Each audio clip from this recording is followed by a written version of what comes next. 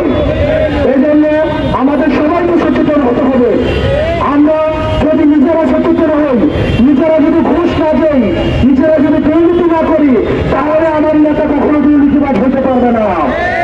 আর আগের নেতা যদি আমি ভোট বিক্রি করে দেই, তাহলে 5 বছর আমার নেতা আমাকে হচ্ছে জুলুম করবে, নির্যাতন করবে, আমি নিশ্চিত একটা কথা বলতে পারবো না।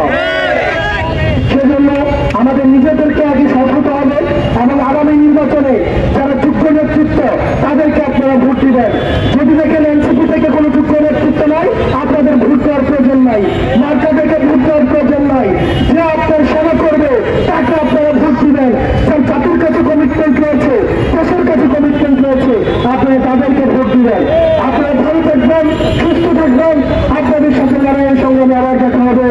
ইনকিলাব জিন্দাবাদ।